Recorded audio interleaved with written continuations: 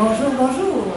Alors, aujourd'hui, nous sommes lundi, le 25 juin 2012, et je me trouve dans le décor d'une des salles du Centre Art Neuf, qui est un centre communautaire axé sur les arts, qui est presque juste en face de chez moi, au cœur du parc La Fontaine. Vous pouvez retrouver toutes les activités du centre sur le site web et www.artneuf.ca. Donc, comme j'en avais parlé dans les autres vidéos précédentes, c'est les vacances scolaires, ma fille est à la maison et c'est un peu désagréable pour elle quand j'ai besoin d'un espace de silence pour filmer. Donc, j'ai loué cette petite salle-là. Là, je l'ai louée pour 2 jours. Je vais voir comment ça va être et je vais peut-être la louer pour d'autres journées aussi. Il y en a une qui est avec un décor en bleu. Ici, on est dans l'orange et une autre journée, on pourrait être dans le bleu. Si jamais vous entendez du bruit autour, ça peut être le bruit dehors dans le parc La Fontaine qui entre par les fenêtres qui sont à ma droite, ou bien c'est le camp de jour des jeunes de 7 à 17 ans dans les autres locaux du Centre Art Neuf. Donc, je ne sais pas si à un moment donné, les jeunes vont passer en trombe dans le corridor et que vous allez les entendre. Donc, je vous le dis d'avance. Puis c'est fun parce qu'ils font des prix vraiment spéciaux, c'est des petits tarifs de location ici parce que c'est un centre communautaire et c'est pour encourager toutes les gens qui sont dans la relève, dans les arts, dans la créativité, la littérature, la musique, il y a des petites salles de pratique de musique, donc c'était parfait pour l'instant en attendant que j'ai mon propre centre. Et j'ai une bonne nouvelle par rapport à ça, mon propre centre, à travers mes activités du vendredi, mon cercle de partage, j'ai rencontré une femme qui, elle, a travaillé souvent en entreprise pour aider au démarrage de projets, de différentes phases de projets dans les entreprises.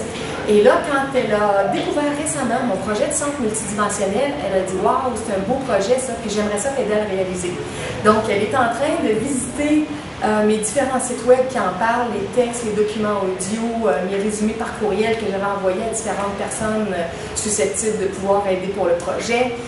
Et elle est en train de réunir ses idées et tout ça, on va s'asseoir ensemble et on va voir comment on pourrait avancer ça. Alors, elle s'appelle Lucie. Il se pourrait fort bien qu'au courant de l'été ou de l'automne, que grâce à Lucie, le projet de centre multidimensionnel prenne enfin son envol avec du nouveau financement qui sera recueilli par son aide.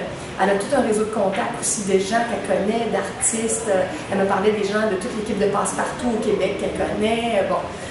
Alors, fait que ça, c'est des bonnes nouvelles. Puis j'ai une autre bonne nouvelle aussi qui s'en vient peut-être pour le centre où les gens qui me connaissent savent que j'ai travaillé il y a 4 ans environ pour une compagnie verte assez exceptionnelle qui était en démarrage et que tout a été stoppé à cause de toutes sortes de problèmes parce qu'ils ont des technologies pour les voitures et le marché de l'automobile, le marché du pétrole ne veut pas que ces technologies-là vertes émergent parce que ça prolonge la durée de vie des voitures, ça prend moins d'essence, ça a toutes sortes d'effets pour que ça soit moins polluant aussi et tout.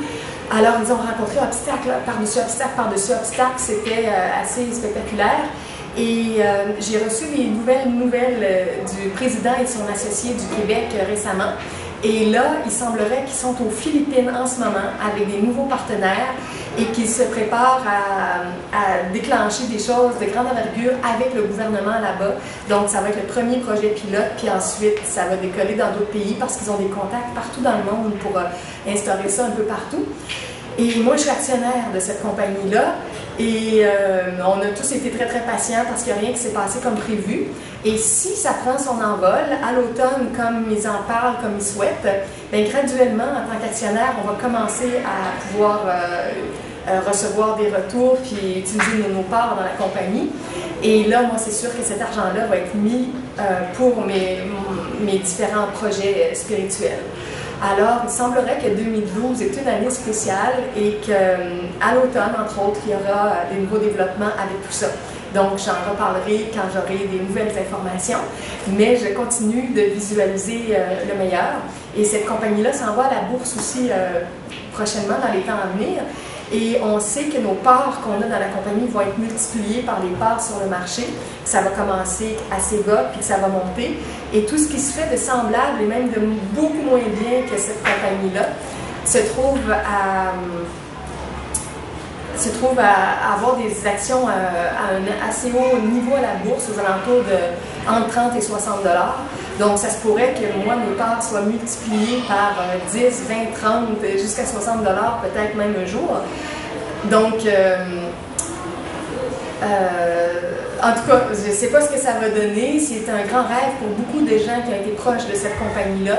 On a pensé souvent que ça prenait son envol, puis il y avait toujours quelque chose qui bloquait, qui retardait. Bono, le chanteur de U2, a versé 50 000 $ pour faire le DVD, le CD de présentation de la compagnie, parce qu'il était emballé, puis il voulait être un petit peu un porte-parole à certains niveaux dans le monde pour parler de ça. Donc, si jamais vous voulez aller voir le projet de compagnie, le site web, c'est techtane.com, les www.tectane.com. Vous aurez une bonne idée de ce que c'est et vous en entendrez parler avant bien d'autres personnes si tout prend son envol vers la fin de l'été ou à l'automne, ou en tout cas vers la fin de 2012.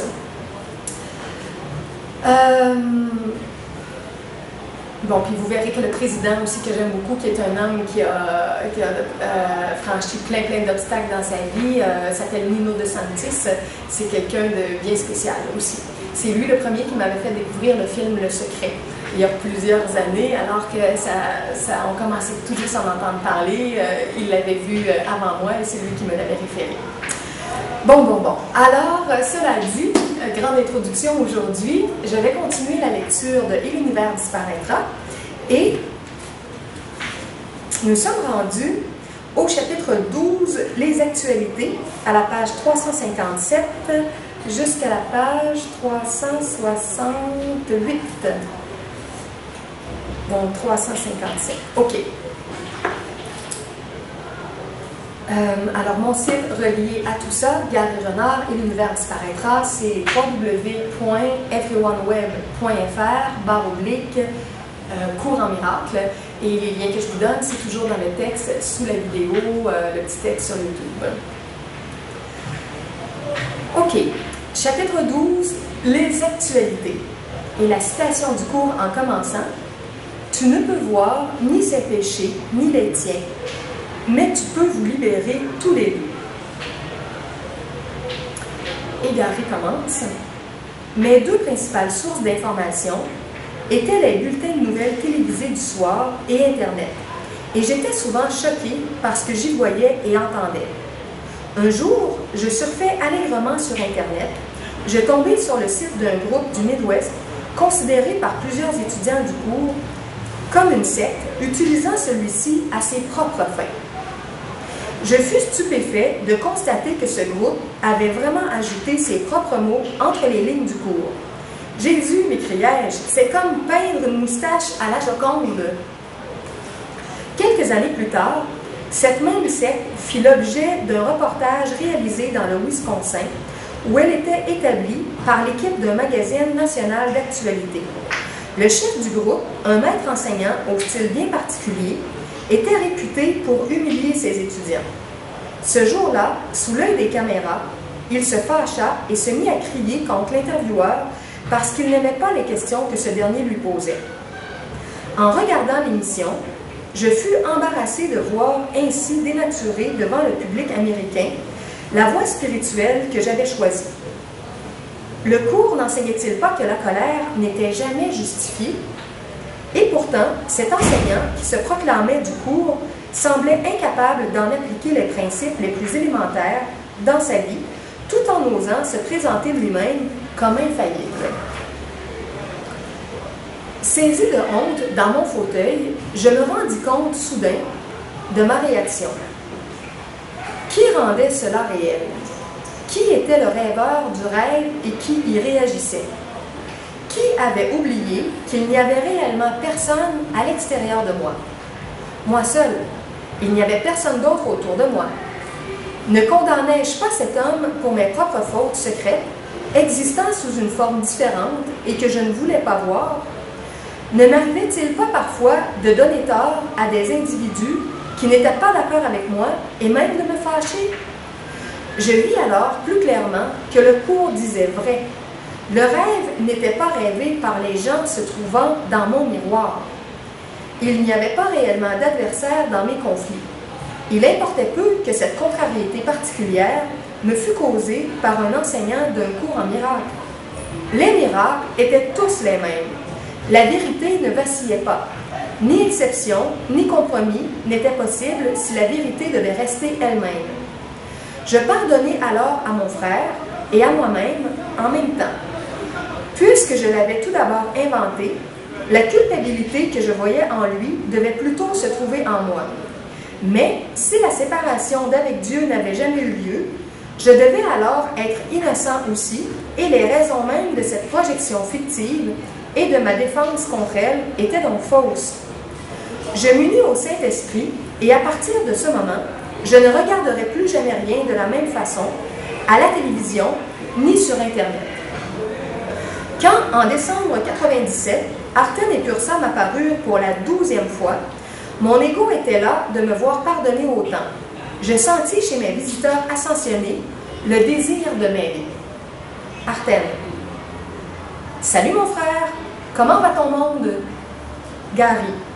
Il est toujours ici, et c'est parfois un peu pénible. Pursa. Courage, mon cher frère. Le cours est conçu de façon que tu puisses atteindre progressivement le salut, tout en vivant ce que tu crois être ta vie. Va à ton propre rythme. Ainsi, tu n'auras pas l'impression de te faire enlever quoi que ce soit, et tu te rendras compte toi-même que le monde n'a aucune valeur. Par exemple, rappelle-toi ce que dit le manuel pour enseignants au sujet de presque tous les étudiants du cours, y compris toi-même. La grande majorité reçoit un programme d'entraînement à l'en-développement où sont corrigées autant d'erreurs antérieures que possible. Les relations, surtout, doivent être perçues correctement et toutes les sombres pierres angulaires du manque de pardon doivent être enlevées. Autrement, il reste une base sur laquelle l'ancien système de pensée peut encore revenir.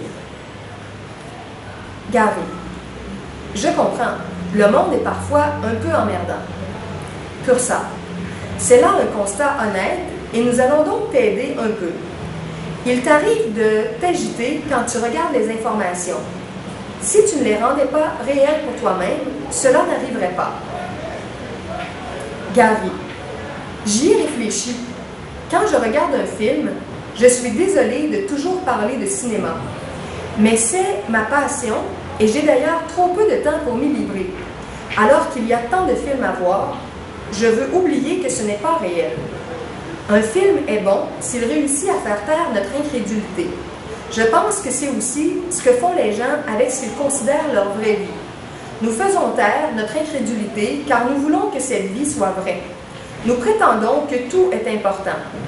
Quand je suis assis ici, dans mon fauteuil, et que je regarde la télévision, j'oublie que ce n'est qu'un tas de conneries et je fais exactement la même chose qu'au cinéma. Je m'y intéresse comme si tout cela se produisait réellement. Si seulement je pouvais prendre l'habitude de me rappeler l'interprétation qu'en fait le cours, cela n'aurait pas du tout le même effet sur moi. J'ai l'impression que l'essentiel est de se le rappeler. Vous m'avez déjà dit d'ailleurs que c'était là le plus difficile. Donc, comment y arriver? Pursa. Tout d'abord, au lieu de faire n'importe quoi le matin, à ton lever, pourquoi ne suis-tu pas les suggestions du manuel pour enseignants? Passe un moment avec Dieu dès que cela est possible. Rappelle-toi ensuite qui tu es et laisse la paix t'envahir.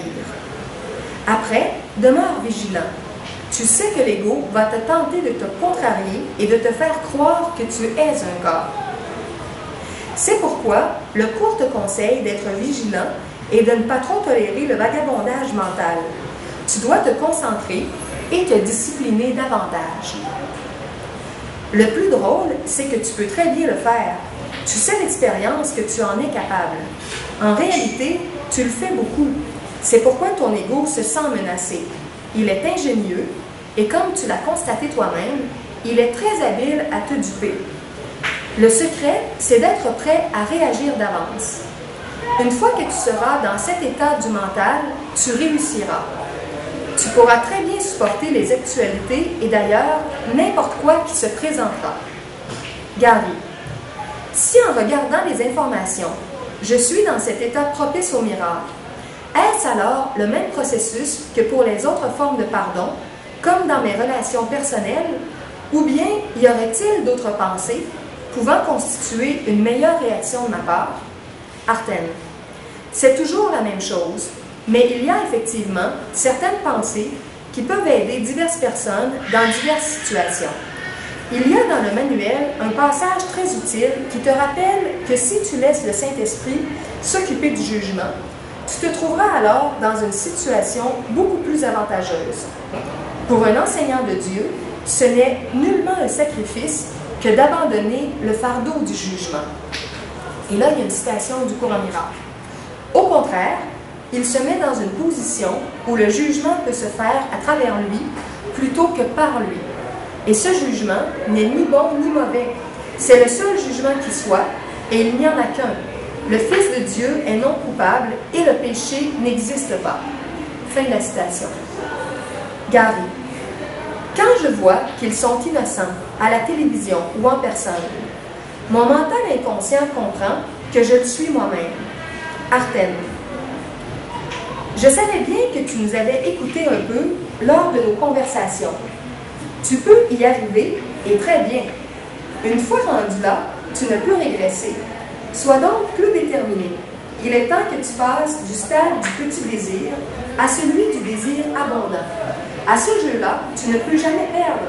Alors, détends-toi. Gary, je sais bien, mais quand la merde survient, comme lorsque des terroristes font sauter nos ambassades en tuant plusieurs personnes, il est difficile de considérer ces crapules comme des innocents. Artène. Évidemment, mais ce n'est là qu'une occasion de plus de te libérer. Cela peut sembler difficile, mais les occasions de pardonner sont réellement toutes identiques. Gary. D'accord. Mais n'est-il pas vrai que le pardon puisse avoir pour résultat que l'on soit guidé vers l'action appropriée? Artène. Oui, nous y arrivons. Même si nous ne donnons presque jamais de conseils au niveau de la forme, nous parlerons un peu du niveau du monde avant de revenir au pardon au niveau du mental. Les États-Unis, possédant plus de pouvoir que n'en eut jamais aucune autre nation de l'histoire, ils ont une plus grande responsabilité que quiconque dans l'allègement des situations tendues. Prenons le cas du Moyen-Orient, par exemple. C'est vrai que les terroristes sont psychotiques, particulièrement quand ils prétendent agir au nom d'Allah. Le Dieu du Coran est le même que celui de l'Ancien et du Nouveau Testament, bien que son nom s'écrive et se prononce différemment. Même si le Dieu particulier présenté par ces religions n'est pas toujours un joyeux drill, il est absurde de croire que les terroristes ont raison de récupérer une religion et de l'utiliser comme prétexte pour commettre des actes violents. Bien que chaque religion finisse par être utilisée par des psychotiques pour justifier leur propre insanité, il faut tout de même que les dirigeants des mouvements auxquels ils appartiennent soient d'abord écoutés par quelqu'un afin d'acquérir du pouvoir et particulièrement de l'argent. Tu devrais te poser la question suivante. Les États-Unis rendent-ils plus facile ou plus difficile à ces fanatiques l'obtention de l'appui de leur peuple? Vos présidents vous disent que ces terroristes et d'autres gens du Moyen-Orient détestent l'Amérique parce que nous défendons la liberté et la démocratie.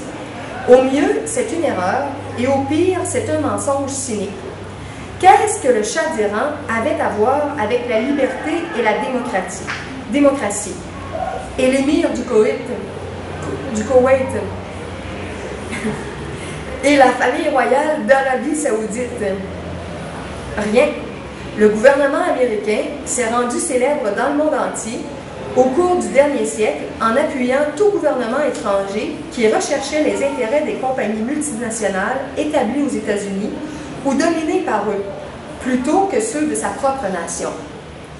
Si les terroristes ont leurs propres raisons psychotiques de vous haïr, votre pays n'est pas détesté par les populations du Moyen-Orient, parce que vous défendez la liberté et la démocratie, mais plutôt parce que vous ne les défendez pas. Vous ne défendez que ce qui sert vos intérêts économiques. Vous vous intéressez à leur pétrole, non à eux. Vous ne cherchez pas la démocratie, mais plutôt le moyen le plus efficace pour vos compagnies d'amasser de l'argent dans toutes les situations, que ce soit en sol américain ou étranger.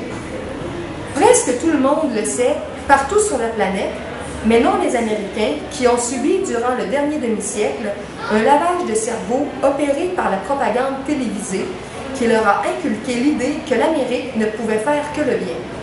Depuis le milieu des années 70, les grandes compagnies ont, par acquisition, établi leur contrôle éditorial sur les médias. Entre-temps, leur programme d'activité au Moyen-Orient n'a rien eu d'altruiste. Gary. Vous voulez dire que ces terroristes et ces fanatiques obtiennent l'appui de leur peuple parce que nous leur rendons la haine facile? J'imagine aussi que pour certains terroristes, le fait de ne même pas avoir un pot de chambre leur a facilité le choix du martyre comme vocation. Artel. Évidemment, si tous les gens du Moyen-Orient avaient un pays et une économie libre, ainsi qu'une bonne instruction, une carrière et une belle maison, penses-tu qu'ils auraient envie de se faire sauter? Bien sûr, le vrai problème est à l'intérieur d'eux. Gary, ce n'est pas parce que le communisme était nul que le capitalisme soit parfait, mais il peut faire du bien. Artel. L'Amérique fait du bien et du mal, c'est la dualité. Ton pays représente souvent une force positive, mais habituellement avec un programme secret. Même le plan Marshall de reconstruction de l'Europe après la Deuxième Guerre mondiale fut exécuté autant dans le but de promouvoir vos aspirations capitalistes que pour des raisons humanitaires. La cupidité de vos compagnies a connu depuis une croissance exponentielle. Il y a toujours eu, sous la surface, les visées d'un empire fondé sur l'argent. Gary. Comme lorsque l'Amérique a volé le pays indépendant d'Hawaï en 1893? Artem. C'est un bon exemple. Les gens du Moyen-Orient vous voient généralement comme des voleurs parfaitement capables de tout leur enlever, exactement comme vous avez volé votre vaste pays aux Amérindiens. Le fait que vous payez le pétrole ne change pas la perception qu'ils ont de vous à travers le prisme de leur propre culpabilité inconsciente. Peut-être devriez-vous les aider davantage à vous voir différemment. Gary. Et si nous n'avions pas besoin de leur pétrole? Arten. Politiquement, vous en affranchir serait la plus brillante action que vous pourriez entreprendre. Vous n'auriez plus alors que du bien à faire au Moyen-Orient. Vous pourriez soutenir la liberté et la démocratie au lieu de ne soutenir que vous-même. Bien sûr, la vérité, c'est que vous possédez déjà la technologie permettant de vous libérer de votre dépendance au pétrole étranger. Mais comme ce ne serait pas très bon pour les finances de vos compagnies, oublions cela. Quand le président Eisenhower a terminé son mandat, il a prévenu votre nation contre les dangers du pouvoir de ce qu'il appelait le complexe militaro-industriel. Bien qu'il n'y ait rien au sujet du capitalisme dans votre constitution, l'Amérique n'est pas une démocratie, mais une argentocratie. Vos banques, leurs voraces compagnies de crédit, les compagnies d'assurance et vos grosses sociétés multinationales cherchent à s'élever au-dessus de la loi afin de posséder le monde entier. Possédant déjà l'Amérique et son système politique, elles vont continuer à faire le nécessaire pour qu'à l'avenir, votre gouvernement de riches, dirigé par des riches et pour les riches, ne disparaisse jamais de la surface de la Terre. Cela mènera à d'autres tragédies. Il est pertinent de signaler ici l'existence de méthodes alternatives qui seraient plus prometteuses que le processus éculé des représailles, du mensonge et du profit. Gary. De toute façon, ça fait réfléchir. Le pardon, voilà ce que l'individu peut apporter au monde, et personne ne peut le lui enlever lorsqu'il sait enfin comment le pratiquer. Arten. Effectivement, une fois qu'on le sait, on se rend compte que l'on n'a jamais été une victime. Ce que tu vois, ce sont simplement des symboles de ta propre insanité représentés à l'intérieur de toi. Sauf que tu possèdes maintenant un moyen de t'en libérer en libérant l'autre. De leur côté, les autres ne vivront en paix qu'après avoir consenti à regarder leur propre côté sombre, tel qu'ils le voient dans les autres, et à le pardonner. Quand on s'éloigne du niveau de la forme, les gens du Moyen-Orient ne sont plus victimes de l'Amérique, ni d'Israël, ni d'aucun autre pays. Les habitants d'un pays ravagé comme le Liban ou les Palestiniens, qui n'ont même pas encore leur propre pays, ne sont pas victimes du monde qu'ils voient. Lancer des pierres aux mêmes gens que visaient leurs ancêtres ne changera rien à cette génération, pas plus que ça n'a changé quelque chose aux précédents. Le peuple d'Israël joue le scénario même sur lequel il s'est entendu avec le reste du monde, que ce soit évident ou non. Chaque individu, de chaque côté, doit consentir à pardonner le soi-disant mal qu'il perçoit comme son ennemi, lequel n'existe pas plus que lui. Pour que la violence cesse de façon permanente, les habitants du monde doivent guérir leurs relations et défaire leur culpabilité inconsciente. Gary. Ce n'était donc pas une bonne idée d'aller sur Internet comme je l'ai fait après les bombardements de l'ambassade pour appeler à un jour de colère au nom d'un cours en miracle. Je blague. Les actualités nous incitent à voir le coupable en l'autre, qu'il s'agisse des terroristes, des politiciens qui se livrent à la chasse aux sorcières ou des criminels, du moins ceux que les procureurs et les médias nous présentent comme des coupables, parce qu'il est bénéfique à certaines carrières et au code d'écoute de nous faire projeter notre culpabilité sur les autres. Dans certains talk-shows, cet acquis dénigrera le mieux son prochain. Aux actualités, plus on peut nous servir de sujet de préoccupation, mieux c'est. Tout cela nous garde le mental troublé. Arten. Précisément, et c'est exactement ce que veut l'ego, comme le cours te l'enseigne. Ces préoccupations de problèmes, là c'est la citation du cours, ces préoccupations de problèmes ainsi montées qu'ils sont impossibles à résoudre sont des mécanismes favoris de l'ego pour freiner le progrès de l'apprentissage. Or, la seule question que ne posent jamais ceux qui suivent ces tactiques de diversion est la suivante. Pourquoi? C'est la question que tu dois apprendre à poser au sujet de tout. Quel est le but? Quel qu'il soit, il dirigera automatiquement tes efforts. Fin de la citation. Gary. Le but devrait toujours être le pardon et l'expiation. À la télévision, toute la distraction n'est qu'une fonction de la multiplicité, de l'unique paraissant plusieurs. L'unique est moi-même, pas réellement moi, mais les symboles de ce qui se trouve dans mon inconscient. La réponse est toujours la même, quelle que soit la forme prise par la multiplicité. J'imagine qu'il peut être très simple de pardonner quand on se souvient de le faire. Pur ça. Oui, nous t'avons dit que c'était faisable. Pas toujours facile, mais faisable.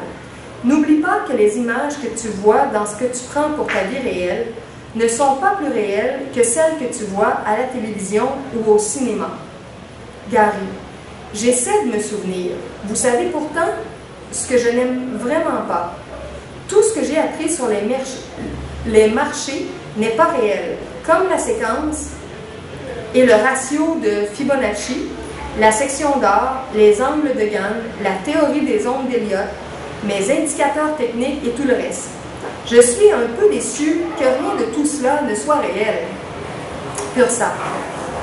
C'est le cas des idoles de chacun et des outils qu'il utilise pour réaliser ses rêves. Ça ne veut pas dire que tu ne puisses pas employer à ta guise les illusions contenues dans l'illusion. Nous t'avons déjà indiqué qu'il n'y a rien de mal à pratiquer la magie en même temps que le pardon. Cela s'applique aussi à tes outils, quelle que soit la carrière choisie. Gary. Je peux donc être pardonné de toutes mes illusions, quelles qu'elles soient, et rentrer chez moi encore plus rapidement. Note. Là, il y a une note de Gary. À cet instant précis, on entendit tirer des coups de feu dans les bois, tout près de ma maison, ce qui n'était pas inhabituel à l'approche de Noël, même si la saison de la chasse au chevreuil était terminée depuis quelques semaines. Il est déjà arrivé que des habitants du Maine se fassent tuer par des chasseurs dans leur cour ou même dans leur maison. Gary. Ne vous inquiétez pas, on ne tire pas sur moi. Ce ne sont que des ploucs qui abattent par plaisir des animaux sans défense. Arten. Tu n'as jamais tiré au fusil, n'est-ce pas? Gary, non. Si un homme éprouve le besoin de tirer au fusil, c'est qu'il se sent inepte au niveau du pénis. Et si une femme ressent le même besoin, c'est qu'elle est secrètement jalouse de l'homme parce qu'elle n'a pas de pénis. Ce n'est qu'une opinion personnelle. Peut-être suis-je toujours contrariée par ce qui est arrivé à une pauvre femme de Waterville qui jouait dans sa cour avec ses enfants et qu'un chasseur a abattue en la prenant pour un chevreuil. Arten, tu t'égares, Gary. Tu oublies de pardonner. Gary, aujourd'hui je suis en congé. Arten, de toute façon, nous allons poursuivre. Souviens-toi que tout est également illusoire. Les galaxies comme les neutrinos et même l'autodestruction de la civilisation. Gary, les civilisations se détruisent-elles toujours? Arten, habituellement, par exemple, des humanoïdes intelligents ont déjà migré de Mars à la Terre. La civilisation martienne avait été presque entièrement détruite et il s'agissait donc autant d'une évasion que d'une migration. Parfois, c'est un astéroïde qui s'écrase sur une planète en y détruisant pratiquement toute vie. Gary, c'est quand même quelque chose, n'est-ce pas? Arten, c'est toujours quelque chose, jusqu'à ce que ce ne soit rien. Quand J t'a dit, renonce au monde et à ses méthodes, qu'elles soient désormais futiles pour toi. Il voulait dire que ce que tu vois n'existe pas. Ce n'est rien parce que ce n'est pas réellement là. Comment rien peut-il signifier quelque chose? Si tu lui fais signifier quelque chose de bon ou de mauvais, c'est que tu tentes de changer le rien en quelque chose. Tout ce que tu devrais faire, c'est de le rendre futile. En même temps, ne tente pas d'enlever aux autres leur idole et leurs rêves. Souviens-toi de l'importance que certaines choses ont déjà eue pour toi. Te souviens-tu du jour de ton enfance où tu es allé voir chanter les Beatles à Boston? Gary, bien sûr que je m'en souviens. Arten, aurait-on pu alors te convaincre que ce n'était pas important? Gary, je vois ce que vous voulez dire. George Harrison était mon idole. J'ai imité sa façon de jouer de la guitare. À ce moment-là, personne n'aurait pu me convaincre que ce n'était pas la chose la plus importante du monde. Arten, souviens-toi de l'époque où tu étais tenté de critiquer les autres à cause de leurs rêves. Ils abandonneront leurs illusions quand le temps sera venu pour eux de le faire. Gary, je ne vous demanderai même pas davantage d'informations sur Mars. J'en ai suffisamment pour l'instant. Pursa, ce n'est pas important, Gary. Mais tu n'as jamais cru sérieusement que tu descendais du singe, n'est-ce pas? Il y a divers types d'humanoïdes. L'ego fabrique les corps qui furent réellement tous faits en même temps, bien qu'ils semblent séparés dans le temps. Les images corporelles sont des projections. La culpabilité et la peur leur donnent une apparence de solidité et le scénario est conçu de façon à ce qu'il paraisse être la fonction d'un processus naturel. La mort devient aussi naturelle que la vie et pourtant, il n'y a pas de mort. Gary, je saisis. Les actualités sont conçues pour nous faire réagir et nous faire voir les autres comme coupables, ce qui relève du même but que le reste de l'illusion. C'est évidemment même dans les bulletins de nouvelles régionaux. Pursa, oui. Par exemple, quand la police locale veut avoir l'air de faire quelque chose, elle appelle les médias et elle arrête les cowgirls du coin. Gary, ma vie sociale en prend alors un coup. Pursa, sérieusement, nous voulons te quitter aujourd'hui sur un point important. Le livre que tu écris ne porte pas sur toi ni sur nous. Nous sommes venus ici pour livrer aux gens un message spirituel que tous ne sont pas prêts à entendre, mais le voici. Quand on est prêt à accepter que la seule chose qui importe dans cette vie illusoire, c'est de compléter avec succès ces leçons de vrai pardon, on est vraiment devenu sage. Malgré tes saillies sarcastiques, tu y arrives très bien, mon frère. Tu pardonnes toujours, même si c'est parfois uniquement au bout de quelques minutes ou de quelques heures.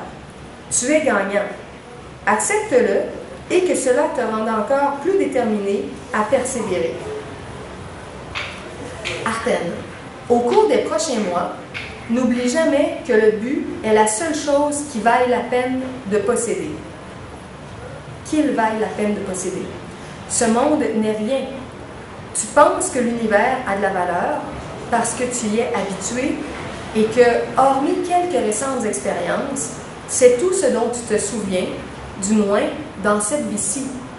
Mais le cours te demande, et là il y a une citation du cours, est-ce un sacrifice que d'abandonner la douleur?